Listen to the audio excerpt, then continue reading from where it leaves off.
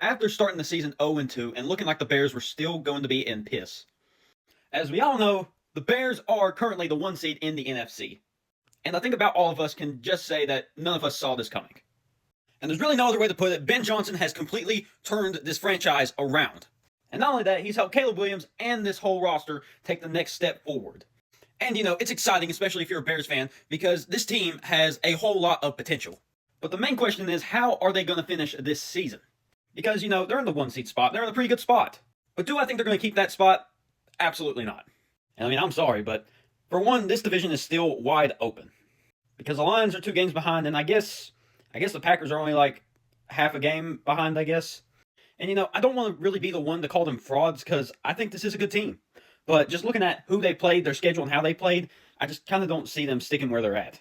You lost to J.J. McCarthy, who didn't really even play that well to about the end of the game. You got whooped by the Lions. You beat the Cowboys, which is, I guess, an okay win now. You barely beat the Raiders. You barely beat Jane Daniels' first game back from injury. You beat the Saints. You lose to a Tyler Huntley-led Ravens. You got into a big shootout with the Joe Flacco-led Bengals. You just barely beat the Giants, which you were down for most of the game. The Vikings, you barely beat them.